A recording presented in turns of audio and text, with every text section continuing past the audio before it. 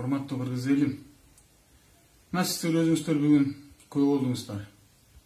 Мен дайыма айтып келип жүргөм. Мен үчүн улуу баалуулуктар бул таза болуу, бул абийир менен намыс. Анан Кыргызстанда боло турган тынччылык. 5 октябрда Үмүт деген бала, 19 жаштагы бала кайтыш болду элим.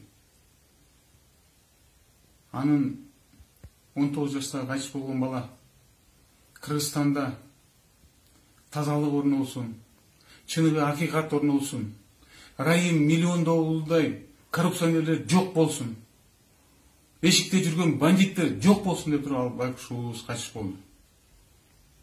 Ошон үчүн мен саясатка кайтып келдим. Премьер-министр же президент болуп мен эч качан жугунган эмесмин. Бул кадамда мен бирөөгө каршы туруп, же бирөөгө мындайча айтканда ал болбосун деген кеп эмес.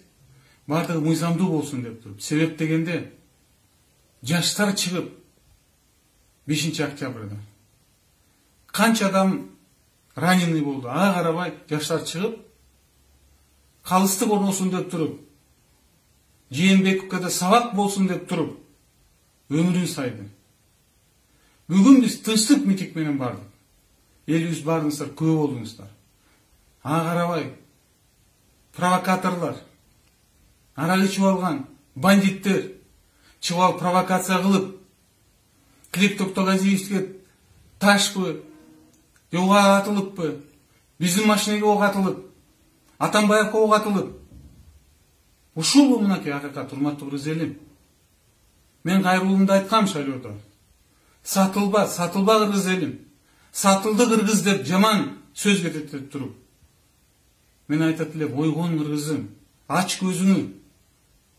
Кандай заманга келатабыз элим? Силер билесиңер, менин колумда бар.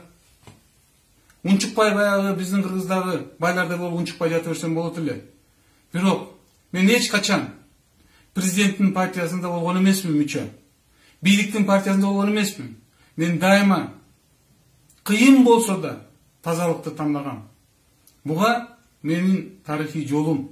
Социал-демократтар оппозицияда Бакиевке жүргөндө мен биринчи тизмеде болгом.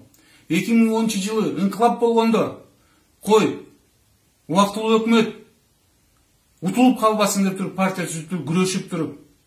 Ошондо инкылап мага болсо өкмөттү түзсүн деп берген президент берген нерсе, президент берген укукка карабай мен айттым, алардык моралдык укугу бар деп туруп Алмаз Шашевичке жол ачып берген. Себеп дегенде мыйзамдуу жол бар. Жана моралдык жол бар. Моралдык жол бийик туруш керек. Ошол жетишпейт биздин колубузга. Апрель айында келбегенде бир тоңор айттыңар, коркок эле коркок деп. Мен Өлбек Бабанов, мен эч качан коркок болгон эмесмин. Мен үчүн сиздердин тынчтыгыңыздар, аманчылыгыңыздар дайыма жогору турган. Бүгүн да чыгып мен мына күрөштүм. Бүгүн да чыгып күрөштүм. Мен ушул сөздү айтып кетким келет. Элим, ойгонуп, өзүбүз бирге мамлекетти өзгөртпөсөк, эч ким биз үчүн жазабайт. Коррупционерлерди тазаламайынча, бандиттерди жок кылмайынча мамлекет өзгөрбөйт. Элим, көзүңөрдү ачканды суранам элим. Ачканды суранам. Мен эч качан коркок болгон эмесмин. Бүгүнкү менин кадамым да ошого далил.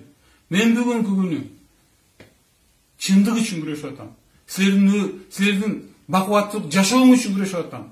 Дайыма күнүгө эртең менен турганда, намаз окуганда мен айтам, ушу кыргыз элим өнүккөн 30 мамлекеттин катарына кирсе экен деп туруп. Ушу биз үй бүлөбүз менен, бир туугандарыбыз менен кыргыз жеринде жашап, өз жерибизде жашап, элибиз менен бирге бакубат жашоого ээ болсо экен деп дайыма намаз окуйм элим. Мен ишенем. Силер эч качан бандиттерге, бүгүнкүдөй мына аянтта болгон тынч күлкү менен чыккан балдарды уруп токмоктоп, аларды атканга жол бербейсиңер деп мен ишенем силерге элим. Ойгон элим, ойгон.